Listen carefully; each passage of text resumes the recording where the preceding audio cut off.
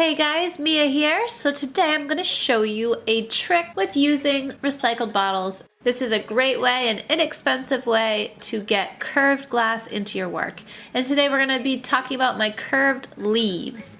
So what I do is I just get a green bottle and very simply I take a hammer to it.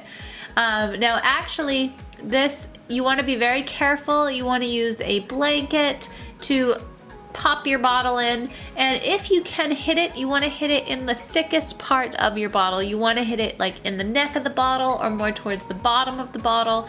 I like hitting it the best at like the bottom of the neck, and that is because the glass seems thicker there and it doesn't have a tendency to shred. What I'm doing here is just kind of picking out the curves that I like. All of these pieces are pretty much usable except for like the teeny tiny pieces, and I will be cutting them with my glass. And it's cool with bottles because just like right here, you know, a lot of them have really cool like characteristics to them. This is a star, so I definitely want to turn that one into a leaf. I do use my glass cutter right on regular bottles. You want to make sure that when you apply pressure with your glass cutter, the glass is curving with you. It's going to move with you. Actually, when I cut this glass, it moves in a way where it kind of rolls with my cut, and it's just like kind of cutting on a flat surface. I just do it slower is all. You definitely want to be careful. The glass obviously is sharp. You know, I suggest, of course, wearing gloves. And with me, I'm actually making leaves, which is a very simple shape. I love using recycled bottles to make leaves. It's a very inexpensive way. It's a great way to reuse recycled things. And there's so many cool color bottles. There's all sorts of kind of imprinted designs. So this is what I mean. I just roll my glass cutter right onto the curve. So it is very simple. You want to make sure you roll with the curve. You don't necessarily want to roll against it, and you know, because then it can break.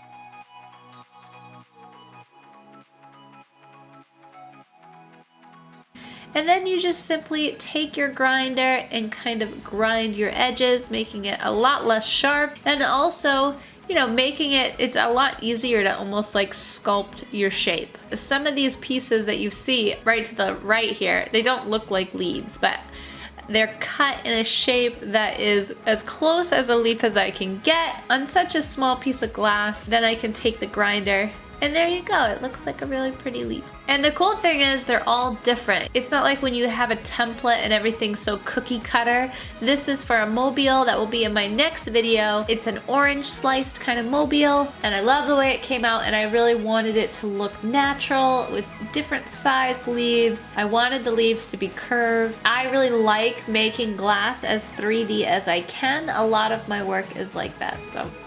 And here she is. Like, this is one of the bigger pieces. You don't have to go with the smaller ones, and I love how it came out. It's gorgeous. It looks just like a leaf. The only big pain in the butt is foiling them. Foiling any sort of curved glass is such a pain. But you know, once you get in the hang of it, it's definitely easy to do. I went with a foil that actually had a black inside. It was my smallest width foil. And so underneath was black, which I really didn't want, and I was like stressing about it for the longest time. But in the end, it really didn't matter. The glass is tinted quite a dark green, so when I do this, I use a smaller solder tip, and it just gives me kind of more control. It's easier to work with. You can always get like different tips for all sorts of soldering irons, so it's nice to just get a pack of them. You can switch them out as you go. I have a few solder irons, so I just keep like a small tip on one of them, you know, and the bigger tip on the other. So it's a great way to actually do like kind of decorative solder where you can do little balls, which I do on this just to give it kind of like some interest. And then I placed my jump rings in just a bunch of random spots for this project I was working on. I wanted to make sure the leaves went in whatever direction they just fell. So I had no control. I tried to keep it in my mind that I would just put the jump rings wherever they end up. It's very hard to do, especially when you're used to, doing stained glass. Everything is actually pretty precise. You want your jump ring right in the middle, or, so it's kind of almost hard to be as carefree, but it is like a breath of fresh air. And just a tip for you, I don't know if you see my, I always use this paintbrush for my flux. I make the mistake all the time of leaving my paintbrushes in the flux, but I will forget to cover my flux and then I'll leave the paintbrush in there and it will actually eat away at the metal, causing it to just like fall apart. So definitely don't do that. You will just run through paintbrushes like it is your job.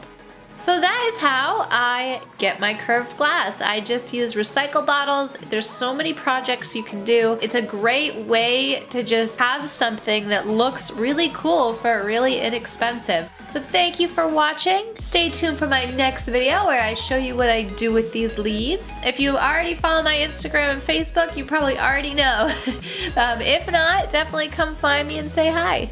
Be sure to like, comment, and subscribe, and I will talk to you later.